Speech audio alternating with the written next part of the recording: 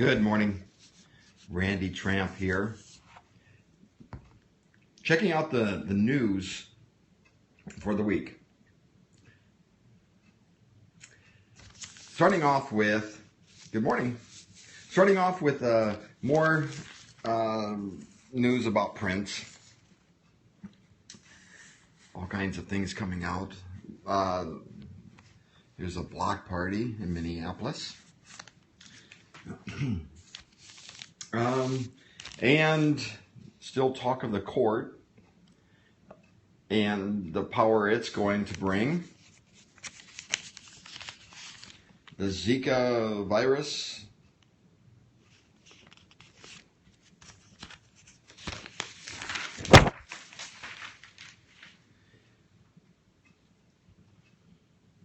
And the women hold key as Democrats vie to regain Senate. It'll be an interesting political season, has been, will be. What this man did was funny as can be about Cruz. He had he called him almost like the devil. But it's that was an interesting thing, and Hillary is continually, they don't put very flattering pictures of her. Good morning, everybody. I always like the South Dakota scenes. Doesn't feel like spring here. It has been very rainy, and but our birds have come back, our robins have come back. When it gets colder, our robins go really, really slow. And so, in South Dakota here, got a lot of rain. No flooding, but a lot of rain. A lot. This Kim Jong-il, or whatever his name is, from North Korea, we'll quit if you will, North Korea tells U.S. That man is scary. He is very scary because he's like a big kid with very dangerous toys. And he's wacky, crazy. More about Prince, I'm sure we'll hear a lot more. That was sad. That was so sad. Chinese. I took this out because I did an interesting story this last week. I did a story of a Chinese woman who was a teenager during World War II. In fact, she was in China. And in fact, China was at war before Japan attacked China before World War II in 1937. And she grew up during that time. And I did her story. I interviewed her, and several hours I interviewed her. And very interesting story of how her family had to hide and sneak around and go different places. They went to Hong Kong and different places, interior China. They had to constantly move, because the Japanese were, they weren't overly mean to the children. But she saw things happen, and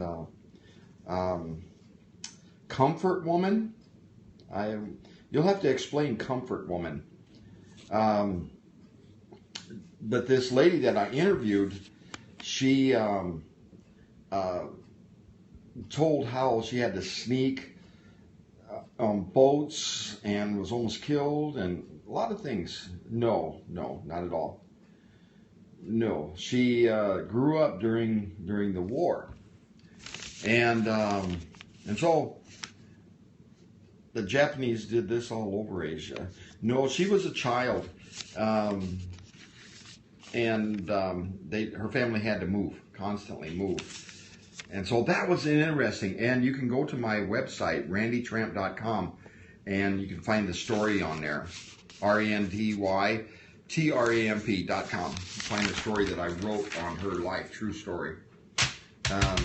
I'm right in the middle right now of, we're going to talk about this lady in a little bit, but I'm right in the middle right now writing a story of a Filipino that was in a child. Can you understand English by the British accent? I think so, yeah. I believe so.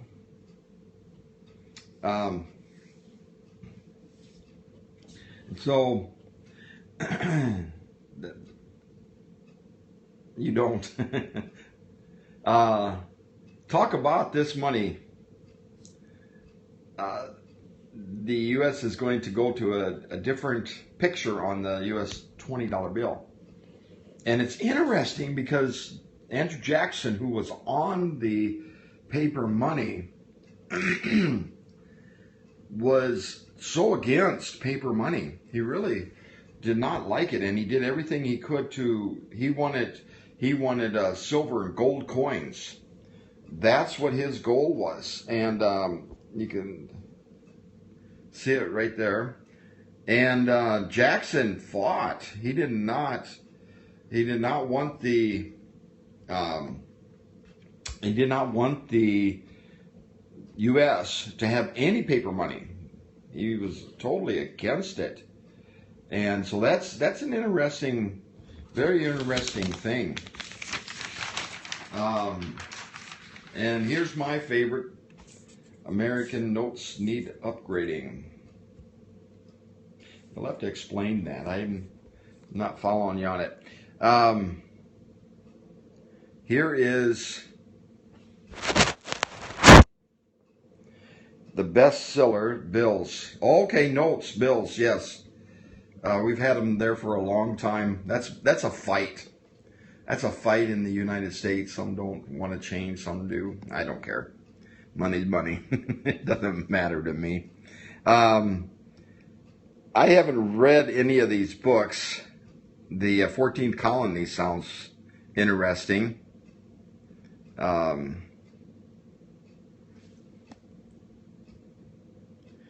So that's the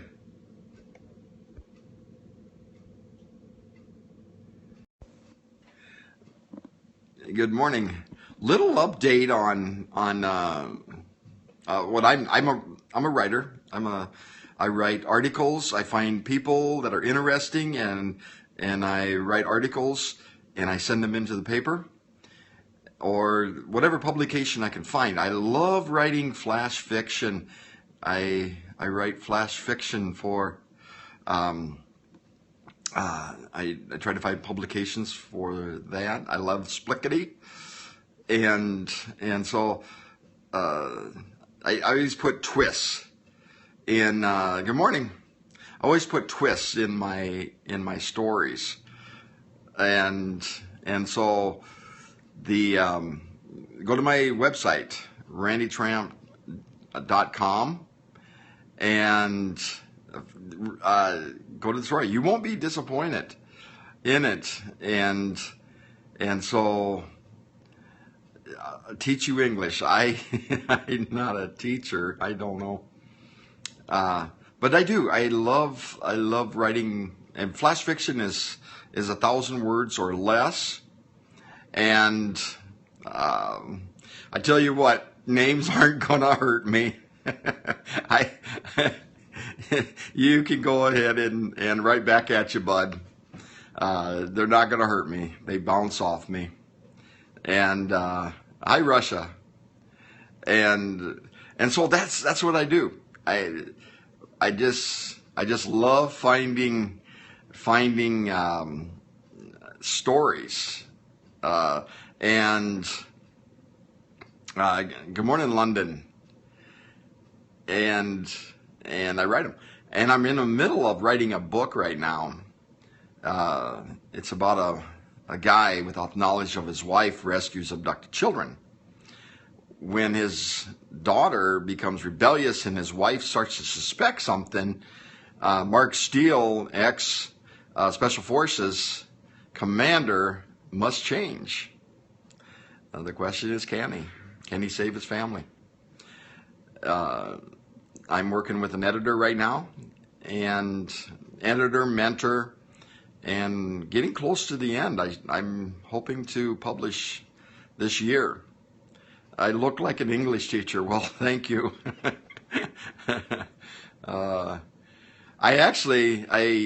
I teach children, Native American children. I go to the reservation, Native American reservation, every Sunday. I'll be going there today. And there will be about 30 kids that we have kids church. And I enjoy it. I really, really enjoy it. And so a new story I'm working on is, I call it SCI, Supernatural Crime Investigators. A millionaire, he handpicks some young adults to solve a mystery in his mansion. Do you think Native Americans will ever be given land back? I am very involved with the Native Americans, and I love going to the gym. I'll get back to the Native American story. I love going to the gym. I go there 4 times a week most of the time, and I try to get my blood pressure, blood pulse, whatever you call it, up to 140, and I do it. And so I need to do more. I plan it, and so I'm a writer. I sit too much, and so I try to get the exercise. But yeah, I'd love to. I'm half a century old, and so. But back to the Native American question. It's interesting. There's a story about the Native Americans here in Yankton. I live in Yankton, South Dakota. Yankton means end of the road. That's what it means. And we're next to a river, and I'm sure that's what they named it because it was pretty tough crossing in some parts of the time before the bridge was put there. And the Indian chief called Strike the Ree had a settlement here. And when the white settlers began to come, the white settlers tried to incorporate the natives with it's what they tried to do. But at that time, most of them would not. Now, there were some that did incorporate. In fact, there's a street named for one of them by the name Peacock. And I know several people Native Americans by the last name of Peacock. And there's a street named after this Native American by the last name of Peacock. And so there were some that did, but in fact they took Strike the Ree to Washington and showed him Washington. He came back and his words were, "We have to leave. They're coming like maggots." That's what he said. And so they moved up the stream, and so, but they do have reservations, and not all the reservations are doing so good. I drove on one of them, and the roads were pretty bad. Some of them do pretty good, but I don't know. I don't know the answer to it all, and so. The history. There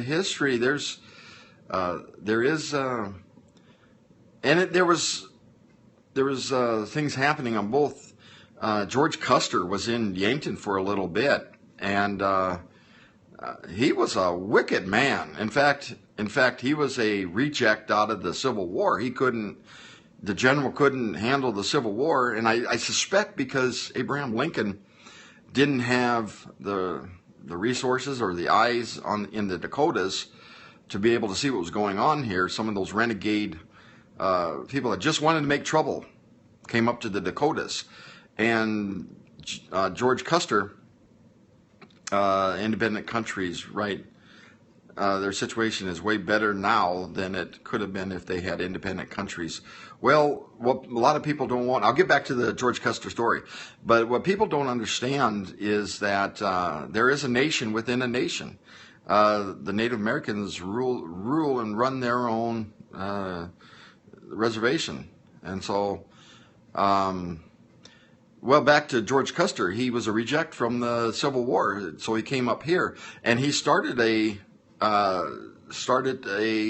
gold rush rumor, and that was his goal. He wanted to fight. He wanted to come up here, and he wanted to cause trouble. And well, he caused trouble, and it cost him his cavalry and his life. But he was not good. And I suspect had Abraham Lincoln lived, then there would, hello, good morning, there would have been a way different thing happen for the Native Americans, for America. Because right after his assassination and Johnson taking presidency, that's when things started turning back. And so how history could have changed, I don't know. But that's some history. There is a town called Custer that I enjoy it, and so we're rich in Old West history. And I love to go to Black Hills. I think we're going to go this summer and go out there and enjoy the western part of the state, the Mount Rushmore and all of that. And so that is something. But getting back, a story that I'm writing is, I call it SCI, Supernatural Crime Investigators. And so I'm right in the middle of outlining it, initial stages of, I'm excited about it. Yes, exactly. They're going to investigate a haunted mansion.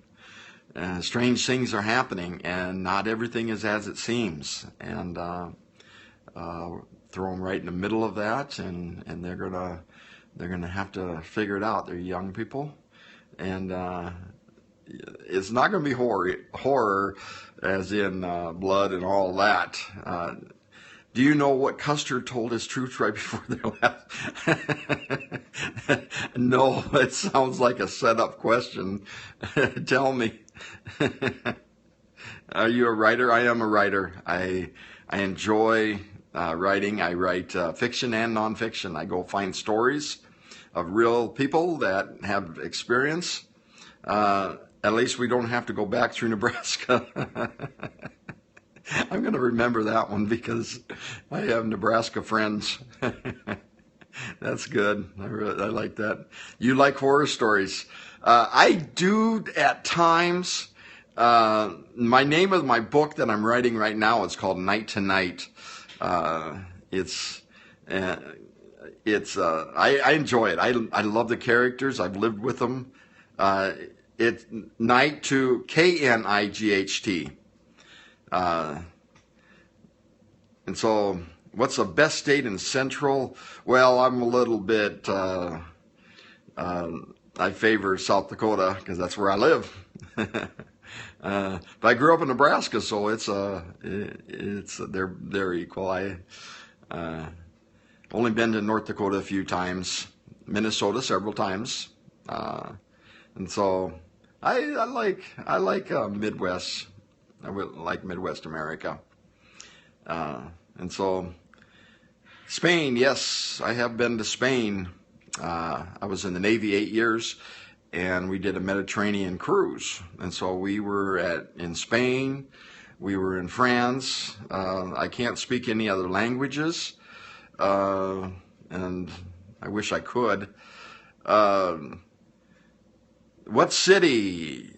You're in France now. Wow. You know, I'm trying to stretch back about 20 years. You spent 3 months in Spain. Cool. cool. I enjoyed it. I really, it was a coastal town. Um, France.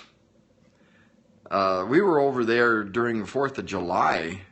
That's a, and they did a celebration for us. That was really something. I didn't go to Paris. No, no. Um, I didn't. I didn't go there. That would have been nice. No, we were on the coastal parts of France. I wish I remember it. I was on a small ship, a fast frigate, only like 300 men, and so we were able to go into the smaller ports. Uh, Marcel, boy, I don't know. I don't know. Boy, that sounds a little bit familiar. Um, I just, I was a young kid at the time, and so I'm trying to stretch my memory back a long time. Is that my baby? Uh, I have one of them's Aaliyah. We have 11 children, ranging from 2 to 32. And I said, names aren't going to affect me, bud. They roll off me. And yeah, age 2 to 32 is my children, and I've got 6 grandchildren. And so we've got 5 children in the home. You know, when that's funny because when I call them, I might go through all their names before I get to the one that I really want to get at, and they just laugh. They get lost in the house. We got cell phones. I kid you not. Our son, we have a 3-story house, and so we'll text him and say, "Come on down, it's supper time." How many boys do we have? Oh, 1, 2, 3, 4 boys, and so. In fact, in about a half hour, I'm going to bring them down, and we're going to do a kids and comics section. I never know what my kids are going to say. My 5-year-old doesn't stop talking. My 2-year-old's like that too, but not as much as my 5-year-old. He just talks nonstop. We're introverts, me and my wife, and I've got kids that are extroverts. So figure that out. These are the adopted kids, and they're extroverts, and so they are massively on the go, and so a lot of stories. My son, 5-year-old, there was a time when all of a sudden the lights would flicker in the house, and my wife would turn to me and says, "Oh, Aaron's swinging on the chandeliers again, the hanging lights." And sure enough, we'd go upstairs to the room, and there he was. And so we had to get the electrician in and get about 3 rooms rewired so that he couldn't swing on the lights that hung down from the ceiling. And that's just the way he is. For a while, we had to board up his windows so that he didn't break it and fall out of a 2-story house. And so, yeah, we've got stories. One of my biological children, we were going down the road, and my wife was driving, and she knew that if she can get us laughing, she would be out of trouble. And so we were going down the road, and she's messing around in the back. My wife says, "You quit, or you're going to get your butt paddled." And she goes, "That would be an owie, and you'd have to kiss it." It was funny. And so, well, great having you with me today. Thank you for questions, hearts, and appreciate it a lot. Even the guy that was calling me names. Funny characters. People think they have to call names. I suppose it It makes the world spin, huh? You have a great day, and enjoy it. And if you want to come back, come back. I'll be here in about a half hour. I'll bring the kids down. We'll do kids and comics. I love it. And so we'll see you then. Have a courageous and fear-inspiring. Well, thank you. Appreciate that. And you too.